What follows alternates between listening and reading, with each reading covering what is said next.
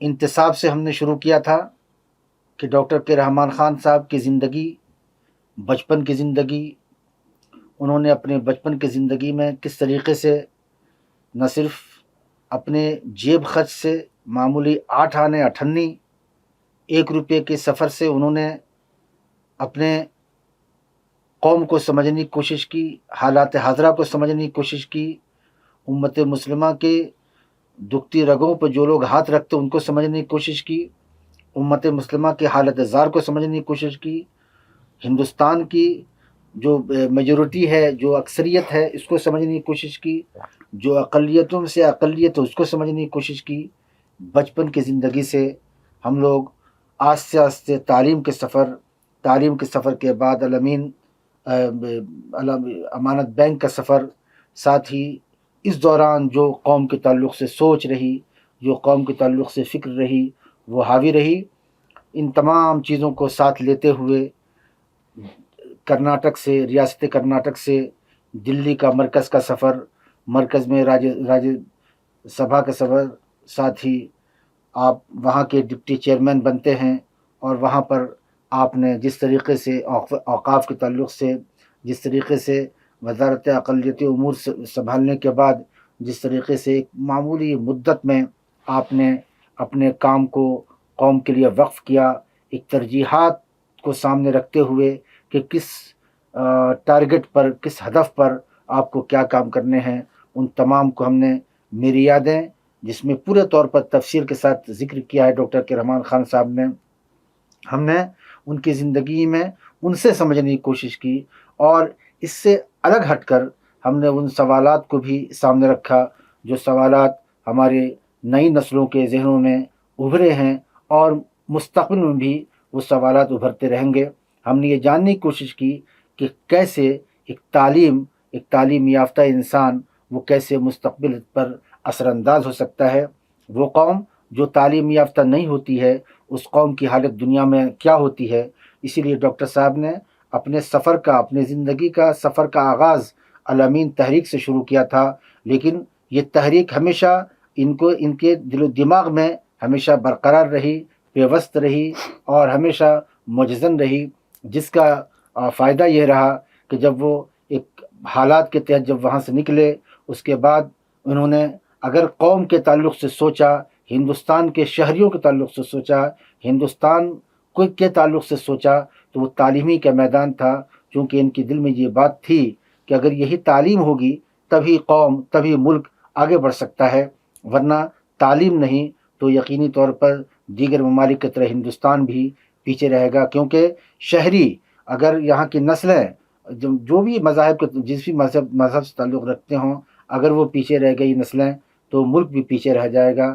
اسی لیے ان کی کوشش رہی، انہوں نے تذکرہ بھی کیا کہ تقریباً 30,000 بچوں میں سے تقریباً 24 سے 25,000 کے قریب وہ طلبہ ہیں، وہ طالبات ہیں جو دیگر اقوام سے تعلق رکھتے ہیں، لیکن چونکہ قوم کا اثاثہ ہیں، یہ قوم کے اثاثہ ہونے کی نسبت سے انہیں تعلیم، اچھے سے اچھی تعلیم دینا، معیاری تعلیم دینا، یہ ہمارا فریضہ بنتا ہے، اور اسی میں اگر ہماری قوم آگے بڑھ کر کے اگر اس کام کو انجام دے تو یقینی طور پر ہماری قوم بہت آگے نکل سکتی ہے۔ اس سفر سے نکلتے ہوئے میری یادیں جو دراصل ہم تمام کی یادیں بن گئی ہیں، اب صرف ڈاکٹر کے رحمان خان صاحب کی یادیں نہیں بلکہ تمام لوگوں کی یادیں ہو گئی ہیں۔ اب ہم اس پڑاؤ پہ، کتاب کے اس پڑاؤ پر آ چکے ہیں جہاں پر ڈاکٹر کے رحمان خان صاحب نے ایک بہت ہی قیمتی چیز کا ذکر کیا ہے، اور وہ ہے میثاق مدینہ کا، مدینہ چارٹر کا، جن کے تعلق سے انہوں نے سوچا ہی نہیں ہے بلکہ انہوں نے اپنے قلم سے اس کو لکھا ہے کہ اگر مدینہ کی زندگی میں ایک جو میثاق مدینہ ہے، جو اللہ کے رسول صلی اللہ علیہ وسلم نے صحابہ کرام نے مل کر کے ایک میثاق بنایا تھا، معاہدہ بنایا تھا، کس لیے؟ تاکہ وہاں تمام مذاہب کے ماننے والے، تمام قوم کے لوگ یکسو ہو کر کے رہیں، اپنی زندگی کو بہتر سے بہتر کریں۔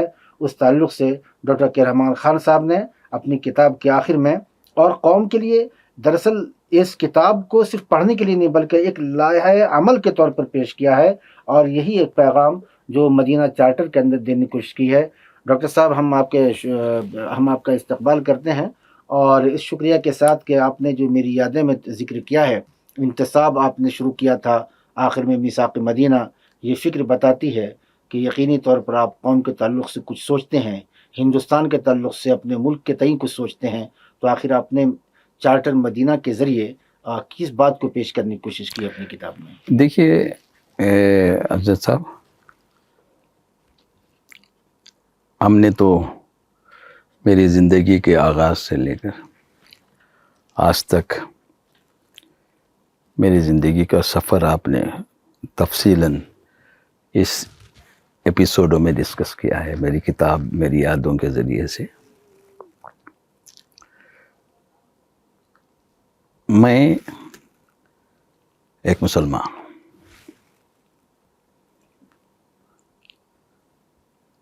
میرا دین اسلام ہے،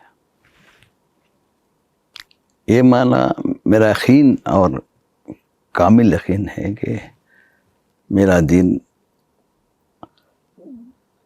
اور قرآن انسان کی زندگی مجموعی اور اپنی زندگی میں رہبر کے درجہ حاصل ہے قرآن کو۔ حضور صلی اللہ علیہ وسلم کے ذریعے سے ہم کو قرآن ملا، قرآن قیامت تک ایک رہبر بن کر، انسانیت کی رہبر بن کر ہے۔ تو آج حضور صلی اللہ علیہ وسلم سے زندگی سے ہم کیا حاصل کر سکتے؟ وہ ایک اللہ کے رسول تھے، پیغمبر تھے، آخری پیغمبر تھے، ان کے ذریعے سے دنیا کو قرآن حاصل ہوا، قرآن ایک رہبر بنا، اور رہتی دنیا تک مسلمانوں کو اس کی قرآن سے دنیا کو روشن کرنے کا ایک ذمہ داری بھی دی ہے۔ یہاں تک ہی نہیں رہا، حضور صلی اللہ علیہ وسلم نے، اگر دوسرے پیغمبروں کی تاریخ ہم پڑھیں گے، وہاں کہیں بھی بہت کم پیغمبر ہیں جو جنگ لڑیں۔ مطلب کیا ہے؟ دنیا میں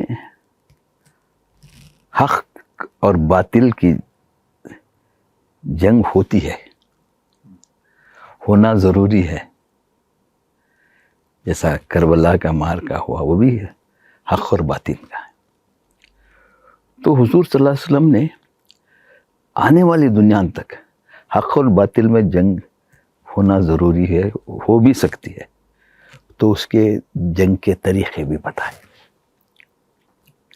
جتنے بھی جنگیں ہیں، تو ایک جو آج آرمی کوڈ کہتے ہیں، ہم یونائٹڈ نیشن کے کوڈ کہتے ہیں، آپ کو ایک جنگ میں بھی استعدال رہنا چاہیے، ایکسپلائٹ نہیں کرنا چاہیے، انوسینٹ کو نہیں مارنا چاہیے، قیدیوں کے ساتھ کس طرح سے سلوک کیا جائے، یہ ایک قسم کا چارٹر جنگی، جو آج 1400 سال کے بعد بھی بہت سے یونائٹڈ نیشن کا جنگ میں یہ پورا جو بھی حضور صلی اللہ علیہ وسلم نے ہم نے بتایا ہے، وہ ماڈل آج دنیا اپنائی ہے۔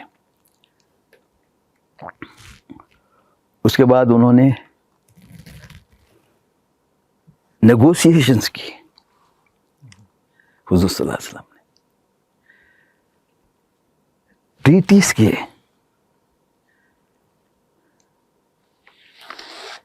اور انہوں نے ہمیں سکھایا کہ ٹریٹی کر سکتے ہیں آپ، صلح کے لیے اور کسی کے لیے آپ دونوں سے، یعنی یہاں تک کہ آپ اگریمنٹ ٹریٹی کرتے ہیں تو اس پر قائم رہنے کے لیے آپ جان بھی دے دیں مگر ٹریٹی پہ قائم رہیں، یہ بھی ہم نے سکھایا۔ انہوں نے ٹریٹیز کیے، نبوت کے پہلے، نبوت کے بعد، تو ہم کو دکھایا کہ آپ ٹریٹی کر سکتے ہیں۔ ٹریٹیز کو انسانوں کی زندگی میں، تاریخ میں ٹریٹیز ہوئے ہیں، بہت سے معرکے ہوئے ہیں جسے، تو وہ بھی سکھایا۔ صلح حدیبیہ تو قرآن میں ہی اس کا ذکر آیا ہے۔ اس کے بعد بہت سے ٹریٹیز کیے انہوں نے۔ یہودیوں سے کیے، نصاروں سے کیے،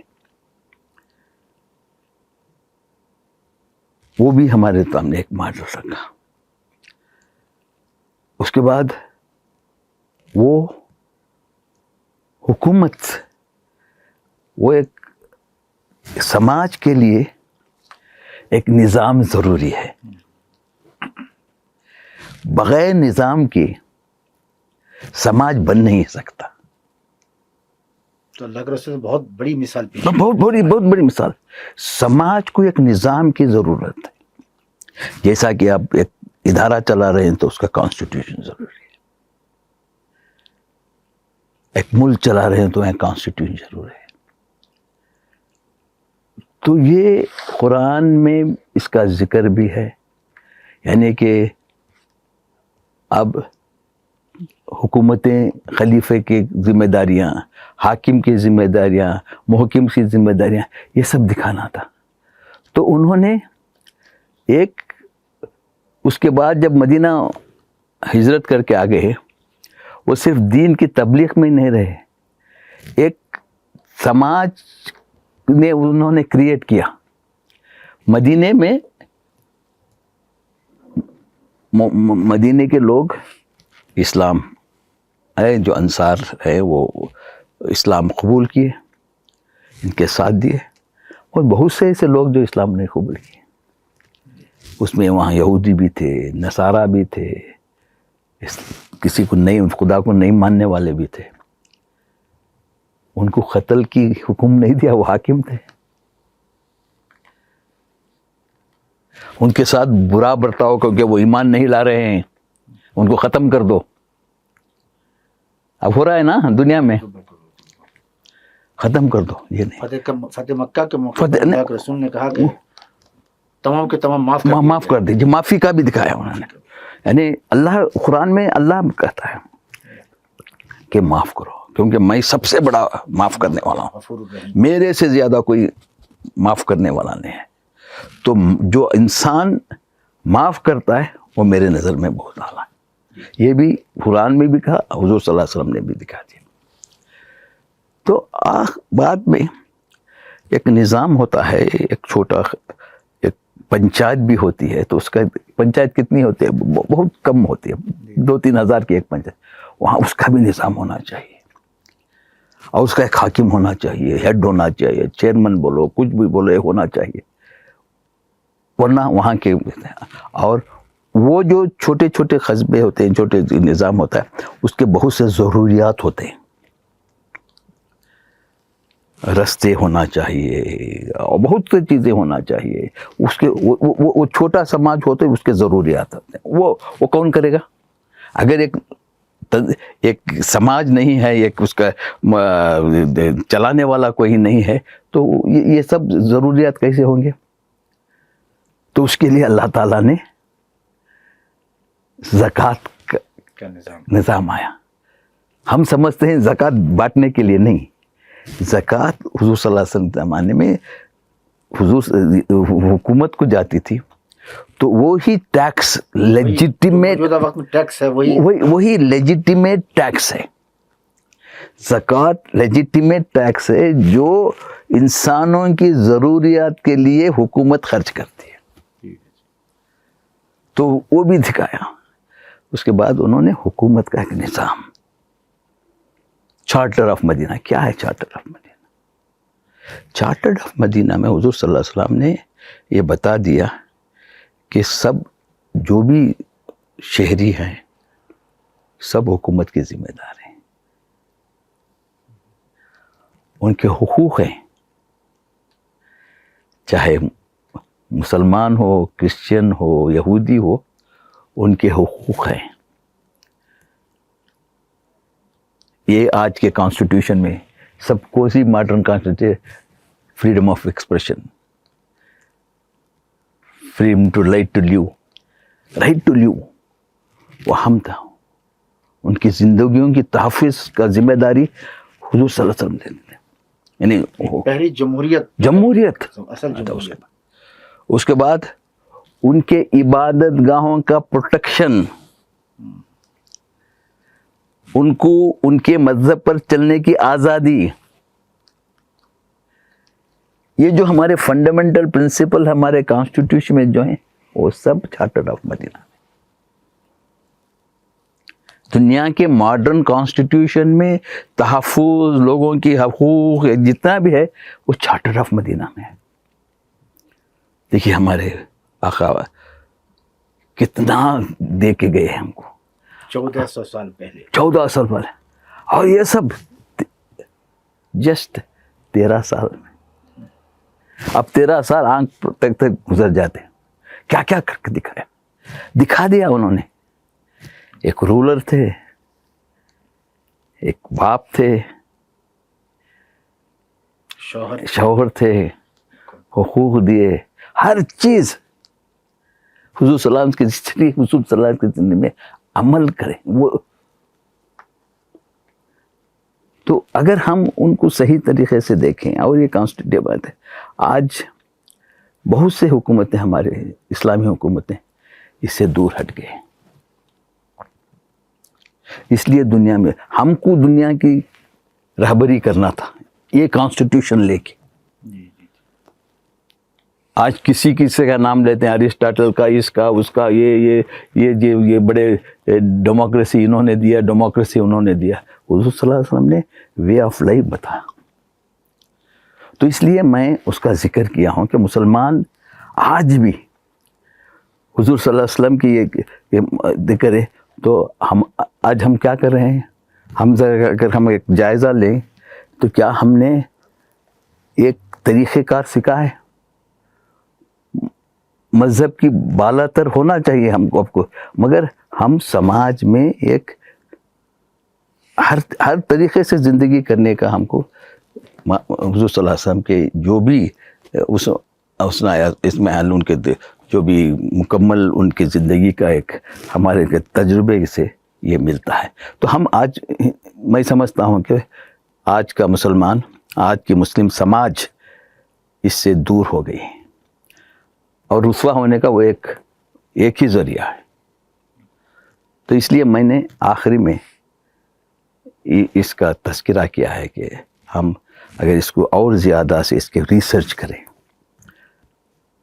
صرف چارٹر آف مدینہ کہہ دینے سے نہیں، اس کے اوپر ہمارے یونیورسٹی میں ریسرچ ہو سکتے ہیں، ہمارے مدرسوں میں ریسرچ ہو سکتے ہیں. اس سے ہم راہبری دے سکتے ہیں، دنیا کو راہبری دے سکتے ہیں. زکوٰۃ جو ٹیکس جو ہے، ٹیکس کا سسٹم، ہم ٹیکس چوری کرتے ہیں، آج زکوٰۃ بھی کوئی چوری کر رہے ہیں ہم. اب زکوٰۃ یا ٹیکس، زکوٰۃ نہیں دینے کا کتنا بڑا اللہ کے پاس پکڑ ہے. تو حکومتوں کو ٹیکس ضروری ہے. اور دوسری بات، ہم یہی سمجھا نہیں سکتے. مسلمانوں پر الزام لگتا ہے کہ مسلمانوں کی حکومت میں جزیہ دینا پڑتا ہے ہندوؤں کو، ہندوؤں کو نہیں، کوئی نان بلیورس کو. یہ سمجھانا نہیں آتا. مسلمان جو رعایا مسلمان نہیں ہیں ان کے پر زکوٰۃ فرض نہیں ہے، تو زکوٰۃ کے بدلے میں وہ جزیہ دینا ہے، وہ ٹیکس. بات وہی ہے، بات وہی، لیکن یہ سمجھانے کا طریقہ سمجھا نہیں پا رہے ہیں لوگوں کو. آپ کہیں بھی جاؤ، کیا ہے مسلمانوں میں نان مسلم پر جزیہ لگاتے ہیں، اورنگزیب کے اوپر گالیاں دیتے ہیں. آج اورنگزیب کو بدنام کرتے ہیں، جزیہ لگاتا تھا قوم کے اوپر. جزیہ نہیں لگاتا تھا، جزیہ ایک ٹیکس ہے. حکومت چلنا ہے، کسی نہ کسی طرح سے حکومت کو ٹیکس. حکومت اور کیسے چلتی ہے؟ لوگوں کی ذمہ داری ہے. حکومت کیا کرتے ہیں؟ عوام کو فیسلٹی دیتی ہے، راست دیتے ہیں، پانی دیتے ہیں، تحفظ کرتے ہیں. فوج ہونا چاہیے، پولیس ہونا چاہیے. اس کے خرچ و اخراجات کون دیں گے؟ یہی لوگوں کو دینا ہے نا. یہ ٹیکس ہے. آج ہم ٹیکس چراتے ہیں، چاہے حکومت میں ہم ہو کے ہم ٹیکس چراتے ہیں تو ہم بہت بڑے غدار ہیں. یہ ہم سمجھا کہ ارے گورنمنٹ نہ بھی وہ صحیح. اس چارٹر آف مدینہ کے حساب سے یہ اپروچ رانگ ہے. ہمارے اوصاف سے دکھانا ہے کہ جیت سکتے ہیں لوگوں کو.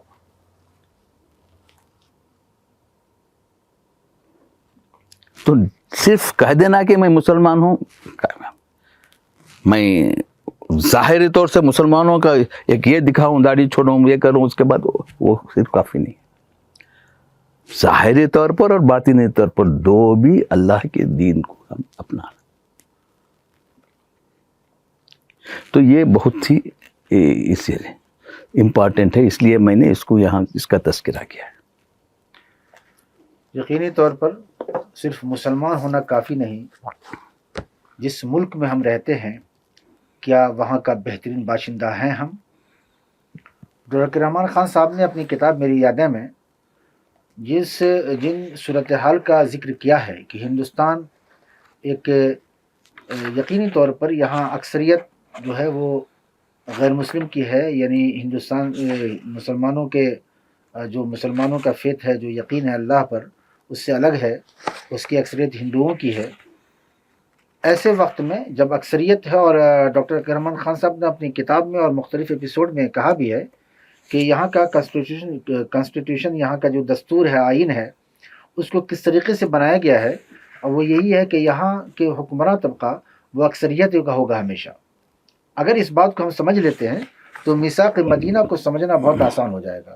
ایک سماج کو کیسے رہنا ہے، سماج کیسے تشکیل پاتا ہے، سماج میں مختلف مذاہب کے لوگوں کے درمیان کیا اسٹینڈنگ ہونی چاہیے، کیا مفاہمت ہونی چاہیے، کیا سمجھداری ہونی چاہیے، یہ میثاق مدینہ یا مدینہ چارٹر کے نام سے جانا جاتا ہے. اس کو ہم اگر چند لفظوں میں سننا چاہیں تو ڈاکٹر رحمان خان صاحب نے مختلف دفعات کے تحت، آپ بھی جانتے ہوں گے اور آپ نے بھی میثاق مدینہ تاریخ کی، اسلامی تاریخ کی کتابیں تمام پڑھا ہوگا، لیکن میں چند باتوں کی طرف نشاندہی اس لیے کر رہا ہوں کہ ہندوستان میں ہم رہتے ہیں، ہندوستان کا بہترین شہری بننے کا حق ہے ہمیں، آئین ہمیں آزادی دیتا ہے، لیکن کیا ہم نے میثاق مدینہ کو پڑھا ہے؟ اگر میثاق مدینہ کو ہم نے پڑھا ہوتا تو یقینی طور پر ہم یہاں اگر اقلیت میں ہیں تو ہم اپنے آپ کو یہ محسوس نہیں کرتے، بلکہ ایک دوسرے کے ساتھ اپنے حقوق کی ادائیگی کے ساتھ، ٹیکس کو ادائیگی کے ساتھ، زکوٰۃ اور جزیہ کو سمجھتے ہوئے ہم اس پر عمل کر رہے ہوتے اور بہترین ہندوستانی شہری کہلاتے، بہترین مسلمان کہلاتے. چند شقیں ہیں ڈاکٹر صاحب، آپ کی اجازت سے 2-3 شقیں پڑھنا بہت ضروری ہے تاکہ ہندوستان میں ہم جو رہ رہے ہیں اس کے مطابق مدینہ چارٹر کیا ہے، میثاق کیا ہے، وہ بہت واضح ہو جائے گا. مسلمان اور یہودی ایک دوسرے کے ساتھ ہمدردی اور دیانتداری کا رویہ اپنائیں گے اور ایک دوسرے کے خلاف حملوں میں شریک نہیں ہوں گے. مدینہ کے تمام طبقات سے وابستہ لوگوں کو مکمل مذہبی آزادی رہے گی. ہر ایک کے جان و مال کی تحفظ کی جائے گی اور نظم و ضبط کی نگرانی کے لیے اس کا احترام کیا جائے گا. یہ اللہ کے رسول صلی اللہ علیہ وسلم کی موجودگی میں بنایا معاہدہ ہے. یہ یاد رکھنا ہوگا، اسلامی ریاست تشکیل پا چکی ہے اور وہاں پر تمام طبقات کے، تمام مذاہب کے ماننے والے لوگ جو یہود و نصارہ موجود تھے وہاں پر، ان کے درمیان اللہ کے رسول صلی اللہ علیہ وسلم صحابہ کرام کی موجودگی میں اس معاہدے کو پیش کر رہے ہیں. ہر ایک کے جان و مال کی حفاظت کی جائے گی اور نظم و ضبط کی نگرانی کے لیے اس کا احترام کیا جائے گا. اگر کوئی اختلاف ہو تو اس کے فیصلے کے لیے حضور سے رجوع کیا جائے گا، جو مدینہ منورہ کے عوام کی روایتوں اور قوانین کے مطابق اصلاح فیصلہ کریں گے. کوئی بھی طبقہ حضور کی اجازت کے بغیر جنگ و جدال کے لیے کچھ نہیں کرے گا. اگر یہودیوں اور مسلمانوں پر کسی طرح کا حملہ ہوا تو دونوں مل کر اس حملے کا جواب دیں گے. بہت غور کرنے والی بات ہے. اگر یہودیوں اور مسلمانوں پر کسی طرح کا حملہ ہوا تو دونوں مل کر اس کے حملے کا جواب دیں گے. اگر مدینہ پر حملہ ہوا تو اس صورت میں تمام طبقات مل کر اس کا مقابلہ کریں گے. یہودی کسی بھی صورت میں قریش کو پناہ نہیں دیں گے. تمام طبقات اپنی نگرانی اور افادیت کے لیے خود ذمہ دار ہوں گے. معاہدے کے تحت کسی بھی خاطی، گناہگار یا شرپسند کو تحفظ فراہم نہیں کیا جائے گا. یہ وہ میثاق مدینہ ہے جو اللہ کے رسول صلی اللہ علیہ وسلم نے اس روئے زمین پر سب سے پہلی اسلامی ریاست کی تشکیل کے بعد تمام مذاہب کے ماننے والوں کے لیے بنایا تھا. ڈاکٹر صاحب نے جیسے کہا کہ اگر اس کو امپلیمنٹ کر لیا جائے، اور ہمارے آئین میں، ہمارے دستور میں دراصل انہی چیزوں کا فنڈامنٹل جو رائٹس ہیں، بنیادی حقوق ہیں، جو ہماری آزادی ہے، جو ہماری سوچنے کی آزادی ہے، جو ہمارے کھانے پینے کی آزادی ہے، اور جو ہمارے اگر کوئی باہر سے حملہ آور ہو تو ہم کیسے سماجی اعتبار سے ہم کیسے متحد ہو کر مقابلہ کریں، یہ اللہ کے رسول صلی اللہ علیہ وسلم نے آج سے 1400 سال پہلے ہمیں دے دیا تھا۔ اور ہم دراصل ڈاکٹر صاحب نے مستقل طور پر اس بات کو پیش کیا کہ ہم نے اپنی کتاب میں کیوں اس کو اور کیوں اللہ کے رسول صلی اللہ علیہ وسلم کی اس سیرت کو ہم نے جگہ دی ہے، اور اس کتاب میں جب ہم نے انتصاب کیا اور آخر میں اس کتاب کے ساتھ کہ ہمیں ہندوستان میں ایک سماج بن کر کیسے رہنا ہے، اکثریت کے بیچ میں اقلیت کیسے رہے، اقلیت کو کیا کیا کام کرنے پڑتے ہیں، ان تمام چیزوں کا ذکر ڈاکٹر صاحب نے بہت ہی خوبصورت انداز میں پیش کیا ہے۔ جی ڈاکٹر صاحب۔ دیکھیے آخری میں کیونکہ ہم اختتام پر پہنچے ہیں، میں مسلمانوں سے میں جو آخری میں یہاں میں کنکلوڈ کیا ہوں اس کو پڑھنا چاہتا ہوں۔ مسلمان زندگی کے ہر شعبے کے جانب مثبت رویہ اپنائیں، اس کے بغیر آپ کو کوئی چارہ نہیں۔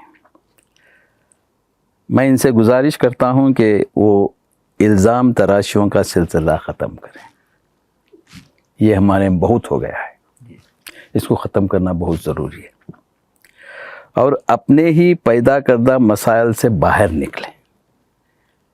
مسائل دوسروں کی پیدا کردہ نہیں، ہمارے اپنے جو پیدا کیے ہوئے مسائل ہیں، اس سے اگر ہم باہر نکلتے ہیں، نہیں نکلتے تو مشکلات کا سامنا کرنا ہی پڑے گا۔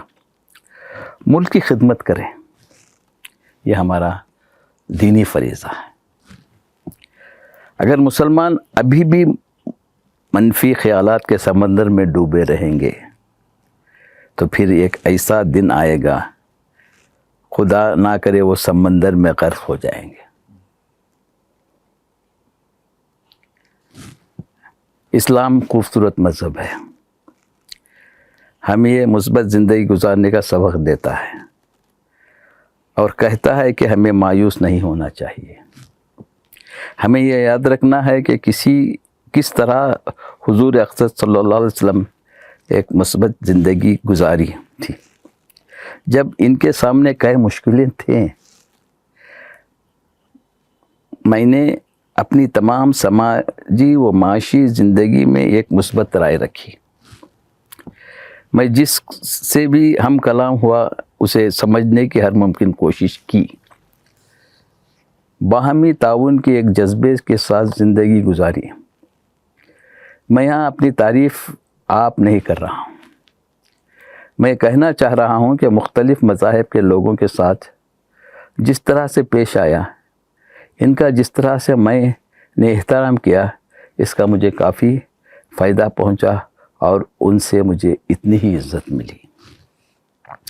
میں اس کتاب میں اپنی زندگی کے چند اہم واقعات آپ کے سامنے اور آپ کی ایپیسوڈ کے سامنے رکھ کر، اور میرا مقصد صرف اتنا ہی رہا کہ اس کتاب کے پڑھنے والوں کو ایک سمت ملے کہ وہ کس طرح سے ایک مثبت سوچ کی زندگی گزار کر خود کو مصروف رکھ سکتے ہیں۔